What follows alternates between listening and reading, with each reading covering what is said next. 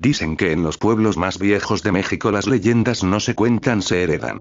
Y entre todas esas historias que los abuelos murmuran cuando el sol cae detrás de los cerros, hay una que siempre se cuenta en voz baja, con un escalofrío inevitable recorriendo la espalda. La historia del ser que muchos creen un invento, pero que quienes lo han visto jamás vuelven a dormir igual. La historia del chupacabras. Todo comenzó una noche especialmente húmeda en un rancho perdido entre San Juan de los Lagos y Lagos de Moreno, donde la tierra es rojiza y el silencio pesa como si alguien lo estuviera sosteniendo con las dos manos. El rancho de la familia Márquez llevaba más de 4 generaciones allí, y nunca había pasado nada que no fueran problemas normales del campo. Hasta esa noche. Eran como las 2 de la madrugada cuando don Erasto Márquez escuchó a los animales alterarse. No era un alboroto común. Era un chillido seco de las cabras, un sonido desesperado que jamás había escuchado en su vida. Se levantó de su cama, tomó su lámpara de aceite y salió al patio, envuelto en una oscuridad que parecía tragarse la luz misma. Lo primero que le llamó la atención fue el olor. Un hedor metálico, denso, como sangre mezclada con tierra mojada. Avanzó unos pasos, y de inmediato sintió algo que le erizó cada vello del cuerpo: el silencio. No había viento, no había grillos, no había nada. Solo el eco lejano de su propia respiración. Cuando llegó al corral, la lámpara casi se le cae de las manos. 3 cabras estaban tiradas en el suelo, completamente inmóviles, pero lo más inquietante fue que no tenían heridas visibles salvo 2 perforaciones finas en el cuello, como si algo hubiera succionado hasta la última gota de sangre. Don Erasto retrocedió un paso. Luego otro. Y cuando sintió que ya no podía respirar del miedo, escuchó algo que jamás olvidaría. Un resoplido gutural, como el de un animal grande, pero mezclado con algo casi humano. Algo que no pertenecía a esta tierra. Volteó lentamente, y por un instante, apenas un parpadeo, alcanzó a ver unas siluetas detrás de los matorrales. Un par de ojos brillantes, rojos como brasas, a una altura imposible para cualquier animal conocido. El cuerpo, agazapado, era delgado y alargado, casi esquelético. Y la piel, aunque apenas distinguible, parecía tener un tono verdoso, correoso, como algo enfermo. El ser lo miró, quieto, sin hacer un solo ruido. Y entonces, de repente, se movió no hacia él, sino hacia el cerco, desapareciendo con tal velocidad que la lámpara de don Erasto apenas iluminó el polvo levantado detrás de su huida. Esa misma noche, don Erasto corrió a despertar a su hijo mayor, Julián, quien dormía en otro cuarto del rancho. Entre gritos y respiración cortada, le contó lo que había visto. Julián, incrédulo pero preocupado por el estado de su padre, tomó una escopeta y lo acompañó afuera. Revisaron todo el corral, los alrededores, los establos, nada. Ni huellas, ni cuerpos extraños, ni rastros de intrusos.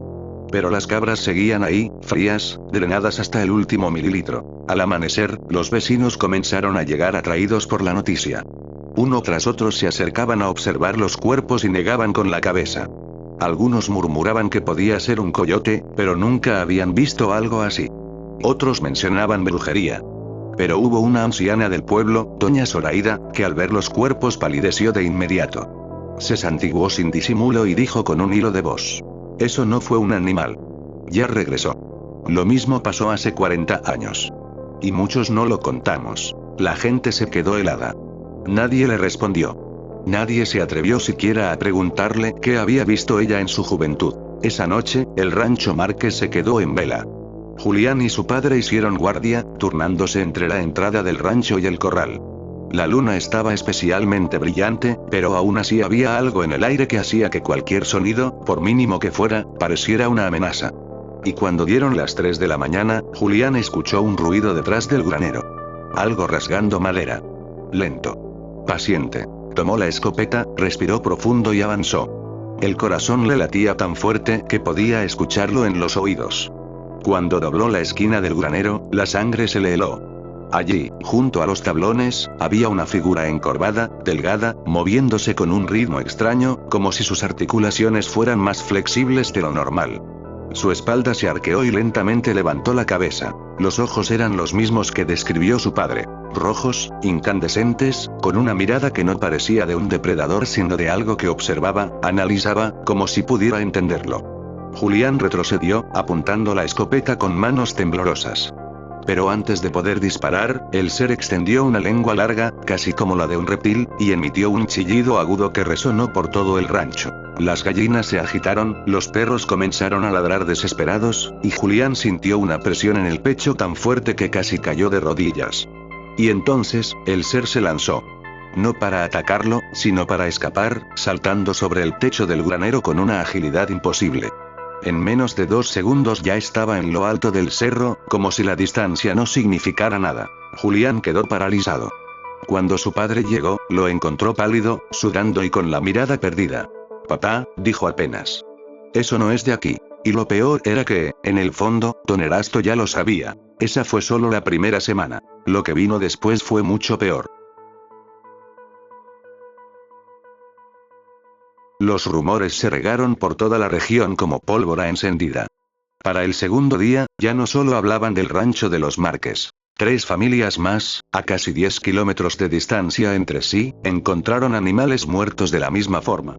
Pollos, borregos, incluso un becerro pequeño. Todos drenados, sin derramar sangre, sin señales de lucha, sin huellas alrededor. Era como si algo se moviera entre los potreros con absoluta libertad, sin esfuerzo, eligiendo cada noche un nuevo sitio donde alimentarse. Pero lo verdaderamente perturbador comenzó la tercera noche. Julián llevaba horas sin poder dormir. Cada sombra le parecía un movimiento, cada crujido del techo sonaba como un paso. Y fue alrededor de las 2 de la mañana cuando escuchó un golpeteo suave en la ventana, un sonido seco, rítmico. Al principio pensó que era una rama. Pero luego el golpe cambió de tono. Era como si alguien tocara con uñas, largas y duras. Se levantó de la cama en silencio, tomó la lámpara de queroseno y se acercó a la ventana muy lentamente.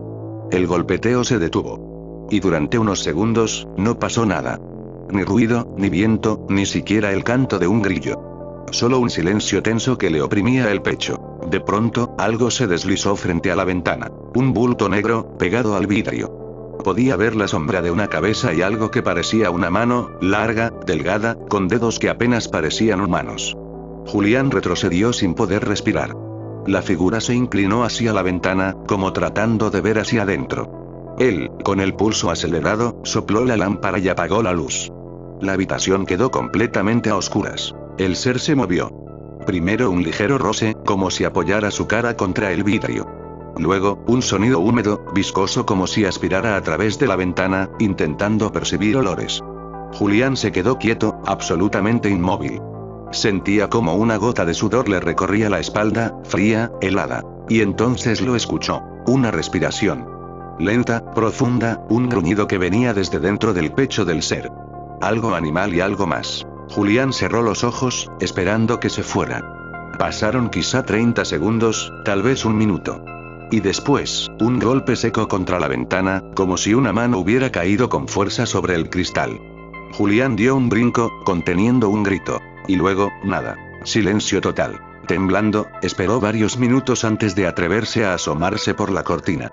Pero cuando lo hizo, el ser ya no estaba. No había huellas, ni señales de que algo hubiera pasado por ahí. Solo el vidrio empañado con una marca, 2 pequeñas hendiduras paralelas, como si algo hubiera presionado el cristal con fuerza. Eran tan perfectas que parecían hechas con agujas. Julián despertó a su padre. Esta vez no hubo duda, ni negación. Don Erasto sabía que algo estaba rondando el rancho, algo que no podían enfrentar solos. A la mañana siguiente, llamaron al sacerdote del poblado, el padre Hilario, un hombre que no creía en supersticiones hasta que vio los cuerpos de los animales.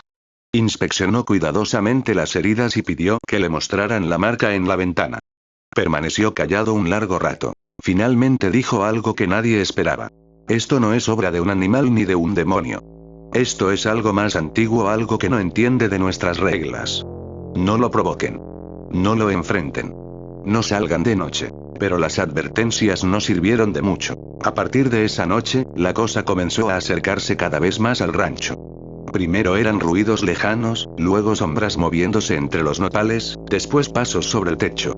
Incluso los perros, que normalmente ladraban a cualquier intruso, comenzaron a huir y esconderse bajo la casa cada vez que caía el sol. Una madrugada, Julián escuchó un chillido fuerte del lado del gallinero. No quiso salir, pero algo dentro de él lo obligó. Tomó la escopeta y corrió hacia afuera.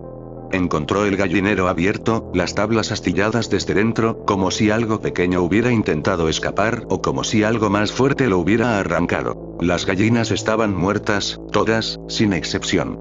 Pero esta vez no estaban ordenadas ni colocadas en el suelo. No. Había plumas por todas partes, y las aves parecían haber sido lanzadas con violencia contra las paredes.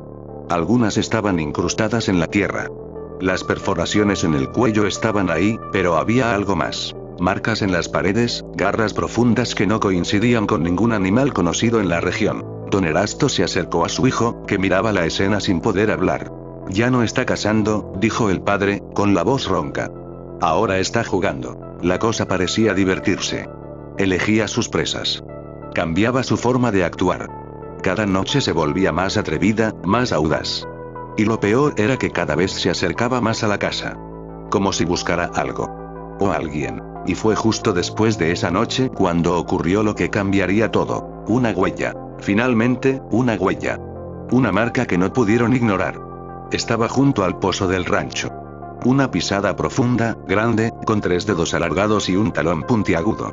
La tierra alrededor estaba hundida, como si el ser hubiera caído desde arriba o se hubiera impulsado con fuerza para saltar. Julián tocó la huella con la punta de los dedos y sintió el miedo correrle por las venas. Papá, esto no es un animal. Don Erasto tragó saliva. No. Es algo peor. Esa noche, los Márquez no durmieron. Tenían razón, porque lo que estaba por ocurrir, sería la primera vez que el chupacabras dejara de atacar animales. Y se acercara por algo vivo dentro de la casa. Algo humano. La noche cayó sobre el rancho como un telón pesado. No había luna, no había estrellas, y el aire caliente del día se había transformado en una brisa fría que olía a tierra mojada y a algo más. Julián sentía un hormigueo en la nuca, como si alguien lo observara desde el cerco. Don Erasto colocó la escopeta cargada sobre la mesa y cerró todas las ventanas con tablones. Nadie habló durante horas. Sabían que esa noche sería distinta. A las 2:30 de la madrugada, el silencio se rompió. Primero fueron los perros del rancho vecino, a 1 kilómetro de distancia. Comenzaron a ladrar desesperados, como si vieran algo que no podían comprender. Los ladridos se convirtieron en chillidos, y luego silencio. Un silencio tan abrupto que fue imposible ignorarlo. Julián y su padre se miraron. El padre Hilario había advertido: no salgan. No lo provoquen. Pero la gente del rancho vecino, los Ruiz, también tenían hijos pequeños. Algo podía estar pasando. Y entonces lo escucharon. Un golpe seco en el techo. Luego otro. Y otro. Pasos. Pero pasos rápidos, ligeros, casi como los de un animal grande, corriendo en círculos sobre la casa. Julián sintió un escalofrío subiendo por su columna. Don Erasto apretó los dientes. «Está encima», susurró. Los pasos se detuvieron de pronto. Y el silencio que siguió fue aún peor. De pronto, algo rascó la parte superior del techo. No fue un rasguño normal.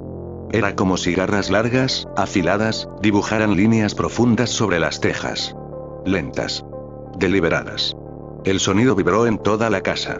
Julián apretó la escopeta con tanta fuerza que sus nudillos se pusieron blancos. Después vino el sonido que les heló la sangre. Una respiración profunda, pesada, justo encima de sus cabezas. Y el crujido del techo cediendo bajo un peso imposible. «Padre nuestro», susurró don Erasto, retrocediendo. Y entonces, un golpe brutal. El techo se hundió ligeramente, como si algo hubiera brincado sobre él con un impulso tremendo. Polvo cayó sobre la mesa, y parte de la madera se astilló. La criatura estaba probando la resistencia de la estructura, buscando un punto por donde entrar. Apenas unos segundos después, algo se deslizó por el borde del techo. Primero unas garras, largas, negras, con un brillo húmedo. Luego unas piernas delgadas, dobladas hacia atrás como las de un animal, pero con articulaciones que parecían moverse en ángulos anómalos. Y finalmente, una cabeza que se asomó por la ventana rota del ático. Era la primera vez que Julián lo veía tan de cerca. Los ojos del ser brillaban en la oscuridad como carbones encendidos. Su piel parecía tirante, casi transparente, mostrando venas negras que palpitaban lentamente. La boca era alargada, con dientes finos como agujas. Pero lo peor era la manera en que observaba. No era un depredador común. No era hambre animal. Era inteligencia. Curiosidad. Como si buscara entender qué eran ellos, estudiar cada movimiento antes de decidir qué hacer. La criatura apretó las garras contra la madera, clavándolas con facilidad, y comenzó a bajar lentamente. Don Erasto levantó la escopeta. Ni se te ocurra, susurró Julián. Si le disparas, si no hago nada, entra a la casa, respondió su padre, temblando. La criatura dio un salto repentino, aterrizando en el porche con un golpe seco. Ahora estaba frente a la puerta principal. Solo una tabla de madera la separaba de ellos. Y entonces, lo inesperado. Comenzó a oler. Sí, oler. La criatura acercaba el rostro a las rendijas de la puerta, inhalando profundamente, emitiendo un sonido húmedo y grave, casi como un ronquido. Julián sintió náuseas. Don Erasto levantó su arma, apuntando fijo a la puerta. El olor cambió. La criatura detectó algo vivo, algo vulnerable, y golpeó la puerta. Una vez, 2 veces. La madera tembló con cada impacto. Las bisagras crujieron. Y después, en un movimiento tan rápido que ni Julián pudo reaccionar, la criatura lanzó un zarpazo que abrió 3 hendiduras profundas de lado a lado. Unos centímetros más y habría destruido la puerta completa. Don Erasto gritó. «Corre al cuarto, Julián. Corre». Pero antes de que pudieran moverse, un sonido los paralizó a ambos. No era un gruñido. No era un chillido. Era algo que jamás imaginaron escuchar de una criatura así. Un murmullo. Un hilo de voz, áspero, quebrado, como si el ser intentara imitar el lenguaje humano con una garganta que no estaba hecha para hablar. ¡Ríe! Julián sintió un frío absoluto recorrerlo. No estaba solo cazando. Estaba aprendiendo. Probando. Imitando. Otro golpe brutal sacudió la casa. La puerta se dio un poco. Una garra se coló entre las tablas. Julián retrocedió, respirando rápido. Don Erasto estaba pálido, sudando. Y entonces, cuando parecía que la puerta por fin iba a romperse, un grito resonó desde la oscuridad del exterior. Un grito humano. «Erasto. Erasto, sal. Algo se metió a mi casa». Era Don Chui, el vecino más cercano. La criatura se detuvo en seco. Su respiración se aceleró, como si el grito la hubiera molestado. Lentamente dio un paso hacia atrás, olfateó el aire y luego se giró hacia el sonido. En menos de un segundo, se lanzó hacia el cerco a una velocidad antinatural, perdiéndose entre los mezquites. Julián cayó sentado, sin aire. Don Erasto dejó caer la escopeta. Sabían lo que acababa de pasar. El chupacabras ya no estaba solo cazando animales. Ahora estaba entrando a casas. Y lo peor, ese grito que lo distrajo provenía de un hombre con esposa y 2 niños pequeños. Y lo que fuera que ocurriera en la casa de Don Chui esa noche marcaría el inicio de la etapa más oscura de toda la historia. Los gritos en la casa de Don Chui resonaban a través del monte como ecos desgarrados. Julián y su padre salieron corriendo casi sin pensarlo, aunque cada paso hacia aquella oscuridad se sentía como una sentencia. La linterna temblaba en la mano de Don Erasto, iluminando apenas 1 metro frente a ellos, mientras el sonido de algo rompiendo madera reverberaba desde la casa de su vecino. Cuando llegaron, la puerta principal estaba destrozada, caída hacia un lado como si la hubieran arrancado de un solo tirón. El interior estaba completamente oscuro. No había movimiento. Solo un olor penetrante a hierro y humedad. «Chui», gritó Don Erasto desde la puerta. «Chui, contéstame».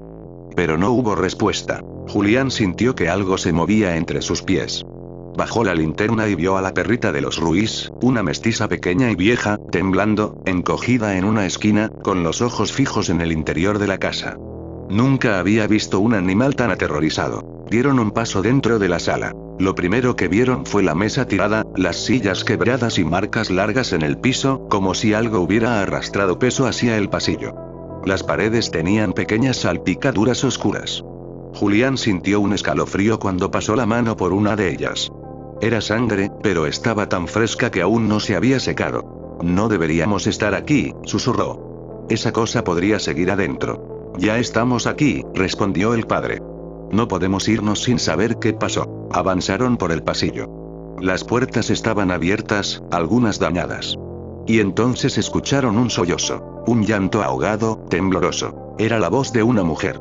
«Teresa», exclamó Don Erasto, corriendo hacia la habitación de los padres. La encontraron en el suelo, recargada en la pared, con los ojos muy abiertos y la cara cubierta de lágrimas y polvo. Temblaba como si estuviera en shock. Al verlos, levantó una mano con torpeza. «Se lo llevó», dijo apenas, con la voz rota. «Se llevó a Chui». «¿Cómo que se lo llevó?», preguntó Julián, sintiendo un vuelco en el estómago. «¿Quién? ¿Qué pasó?».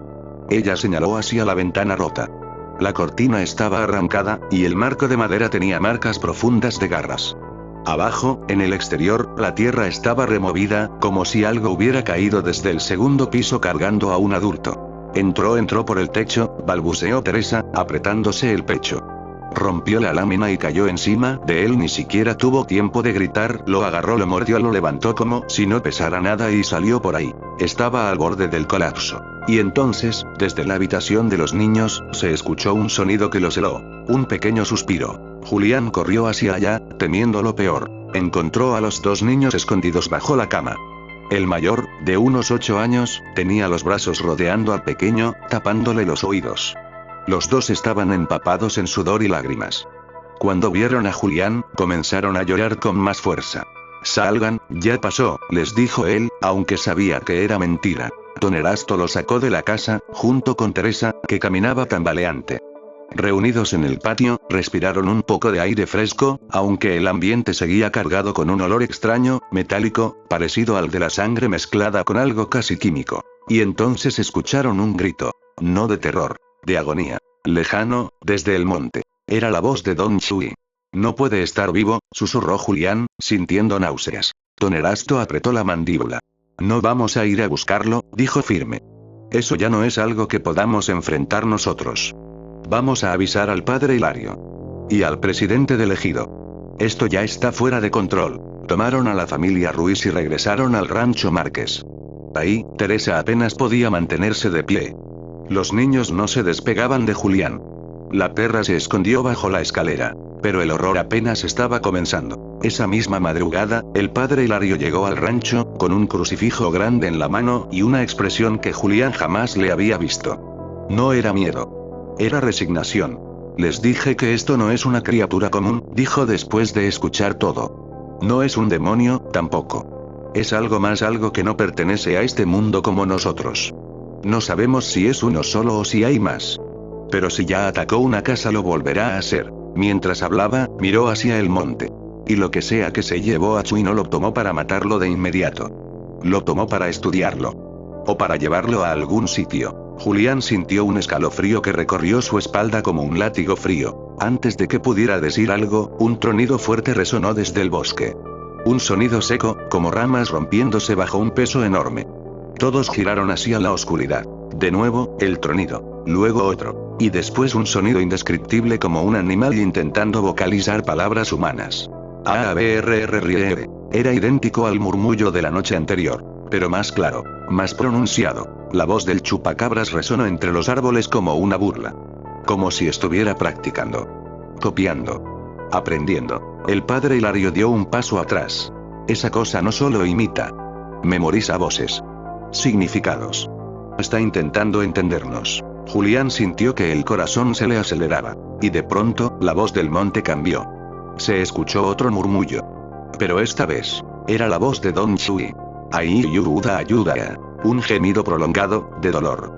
De sufrimiento. Teresa soltó un grito desesperado y cayó de rodillas. Los niños se echaron a llorar. Y Julián entendió lo que eso significaba. La criatura no solo había capturado a Don Shui. Lo tenía vivo. Lo estaba usando. Y lo peor, lo estaba imitando como ejercicio. Cada vez mejor. Esa noche nadie durmió.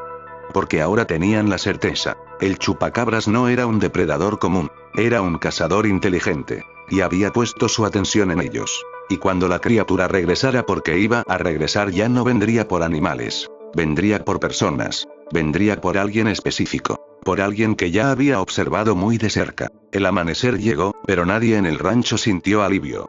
La luz del sol solo revelaba con mayor claridad las huellas de la noche anterior. El techo dañado, las marcas de garras, las pisadas profundas y alargadas que bordeaban la casa. El padre Hilario caminaba en círculos, murmurando rezos. Teresa y los niños se habían quedado dormidos en el sofá, exhaustos por el shock. Don Erasto afilaba un machete con la mirada perdida. Julián, sin embargo, no podía apartar la vista del cerco. Había algo allí. Algo que lo hacía sentir observado. A media mañana llegaron varios hombres del ejido, armados con escopetas, palos y lámparas de gas. No venían a cazar al chupacabras, porque sabían que no tenían oportunidad contra algo así. Venían solo a proteger a las familias y evacuar a los que quisieran irse. Muchos se fueron. Los Márquez no. No vamos a abandonar nuestro hogar, dijo don Erasto. Pero tampoco vamos a quedarnos cruzados de brazos. El padre Hilario los reunió a todos en la sala. Sobre la mesa colocó un mapa del ejido y del monte. He estado vigilando los patrones, comenzó el sacerdote. Todos los ataques han ocurrido en un radio de 2 kilómetros, siempre cerca de corrales o casas aisladas. Pero anoche rompió ese patrón. Señaló un punto sombreado en el mapa. Un arroyo seco al fondo del monte. Miren bien. Según los rastros, la criatura huyó hacia aquí. Y los gritos de Chui provenían de esta misma dirección. No cambió su ruta. No improvisó. Se dirigió a un sitio. Julián tragó saliva. ¿Qué sitio es ese?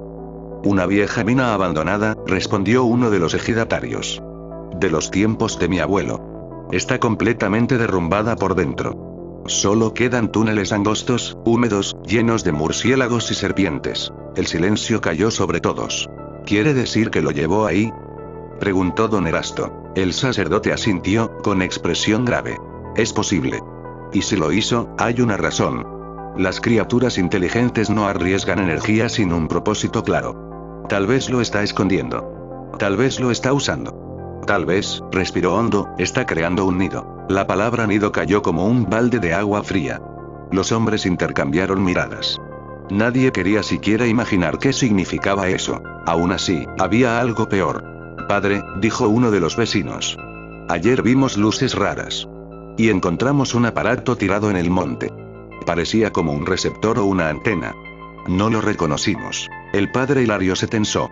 No me sorprende. La última vez que algo así ocurrió el gobierno bloqueó todo. No permitieron prensa, ni rumores, ni preguntas. ¿Qué es lo que insinúa, padre?, preguntó Julián. El sacerdote exhaló lentamente. Que tal vez alguien más sabe perfectamente qué es el chupacabras y no ha hecho nada por detenerlo. Tal vez, incluso, lo han estado estudiando. Las miradas se volvieron inquietas. La noche llegó de nuevo, veloz, como si el día hubiera durado apenas un suspiro. Los hombres del ejido instalaron fogatas alrededor del rancho Márquez. Colocaron campanas amarradas con cuerdas, trampas caseras, lámparas de aceite en postes. Hicieron un perímetro improvisado. Julián, aunque temblaba de miedo, tomó una decisión. Si esa cosa viene por nosotros, dijo frente a todos, quiero estar listo. Quiero verlo. Quiero saber qué es exactamente. Su padre intentó detenerlo, pero Julián fue firme. La criatura ya había visto sus rostros. Ya conocía su olor. Ya conocía su casa. Estar escondido no iba a cambiar nada. El ambiente estaba cargado. Todos estaban tensos, esperando. Fue cerca de la medianoche cuando las primeras señales aparecieron. Primero, el aroma. Ese olor metálico, como óxido, pero mezclado con algo dulce y nauseabundo. Julián ya lo había olido antes. Era la advertencia. Era el anuncio. Los perros comenzaron a gemir. No ladraban. Solo gemían. Luego, las campanas sonaron una a una, como si algo pasara rozando cada cuerda con precisión quirúrgica. El monte entero se quedó quieto. Y entonces, un susurro apenas audible, pero que todos escucharon al mismo tiempo. Julián. Era su nombre, pronunciado con una voz casi humana. Casi. Don Erasto se levantó de inmediato, tomando la escopeta. Lo buscó con la linterna, apuntando hacia el cerco, hacia los árboles, hacia la oscuridad. No había nada. Pero el murmullo volvió. Julián. Era como si la criatura lo estuviera llamando. Como si lo hubiera escogido. Como si quisiera atraerlo hacia algún lugar. Julián sintió un impulso extraño. No era deseo. No era curiosidad. Era una presión en la mente. Una especie de llamado que parecía empujarle el cuerpo a moverse. El padre Hilario lo sostuvo de los hombros. No la escuches.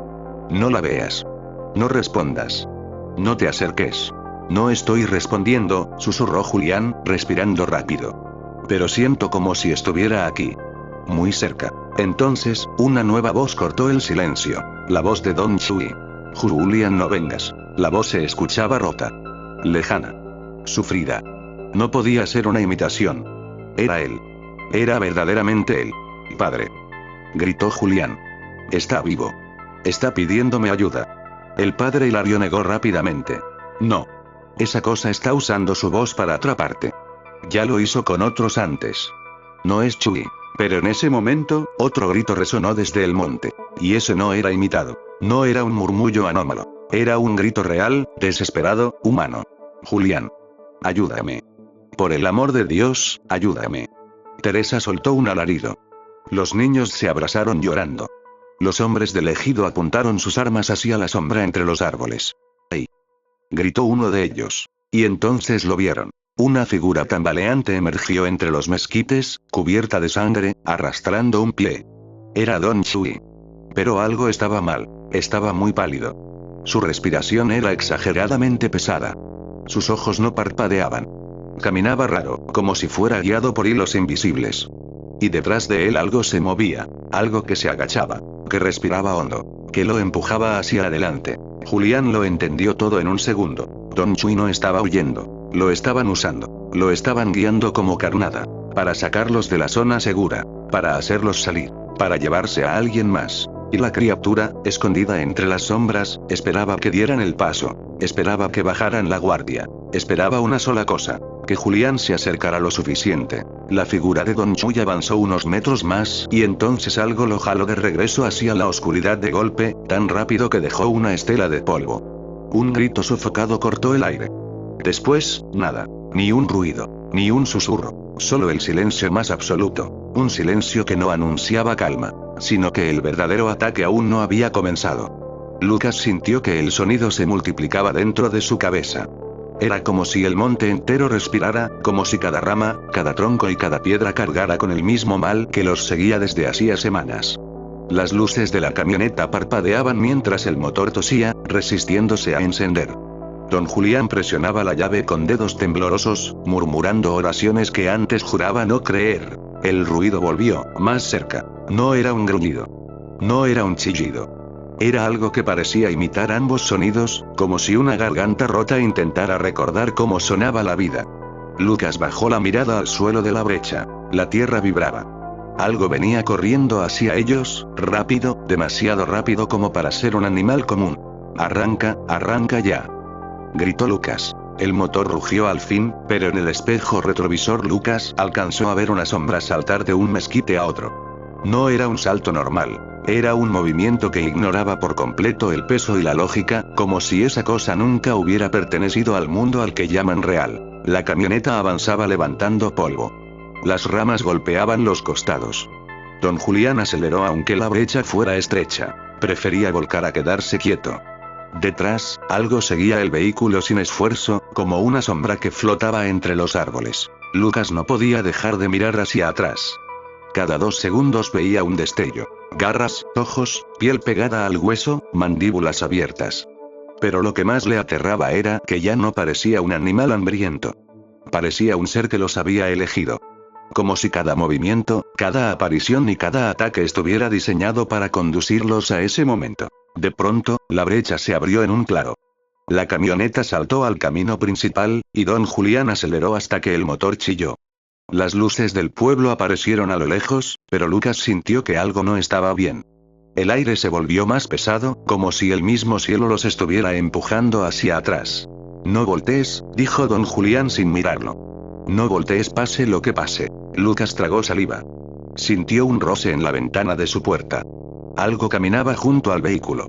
No podía ser posible, iban a más de 80 kilómetros por hora, pero el sonido estaba ahí. Un golpeteo suave, acompañado de una respiración pegada al cristal. Lucas no obedeció. Volteó. Un rostro alargado, huesudo, con la piel tensada como un pergamino viejo, pegó sus ojos negros al vidrio. Los dientes, demasiado largos, chocaban unos con otros como si masticaran el aire. Y una lengua, delgada como la rama de un mezquite, se arrastró lentamente por la ventana dejando un rastro oscuro. Lucas gritó. Don Julián dio un volantazo. La camioneta derrapó, levantó tierra, golpeó una piedra y finalmente se detuvo de golpe. Los dos cayeron hacia adelante. Un silencio espeso los rodeó. Entonces lo escucharon. Un golpe en el techo. Otro. Y otro. Hasta que todo el vehículo vibró como si una fuerza enorme tratara de aplastarlo. Don Julián tomó su rifle y cargó una bala. Pero cuando abrió la puerta, un brazo delgado, lleno de espinas naturales como agujas, lo envolvió desde afuera y lo jaló con fuerza. Su grito se perdió entre los mezquites. Lucas salió por la otra puerta sin pensarlo. Corrió hacia el camino, resbalando, cayendo y levantándose. El sonido de algo siguiendo sus pasos lo empujaba hacia adelante, pero cada vez que intentaba gritar, su voz se quebraba. El aire parecía arrancado de sus pulmones. Cuando llegó al primer poste de luz del pueblo, el sonido se detuvo. Lucas volteó despacio. Nada. Ni ramas moviéndose. Ni ojos brillando. Ni garras raspando la tierra. Nada. Solo el viento. Horas después, cuando reunió valor para volver con algunos vecinos, la camioneta estaba destrozada, como si algo la hubiera apretado con una fuerza descomunal. Pero no había rastro de don Julián. Ni de sangre. Ni de huellas. El monte estaba intacto. Demasiado intacto. Lucas nunca volvió a salir de noche. Con el tiempo, intentó convencerse de que todo había sido un ataque animal, un coyote, tal vez un puma. Pero todas las noches, al intentar dormir, escuchaba ese sonido en el fondo de su mente.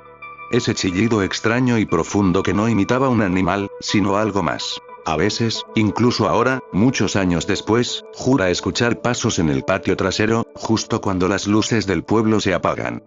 Pasos ligeros. Demasiado ligeros para un humano. Y jura que ha visto, entre los matorrales, dos ojos negros que no parpadean. Observándolo.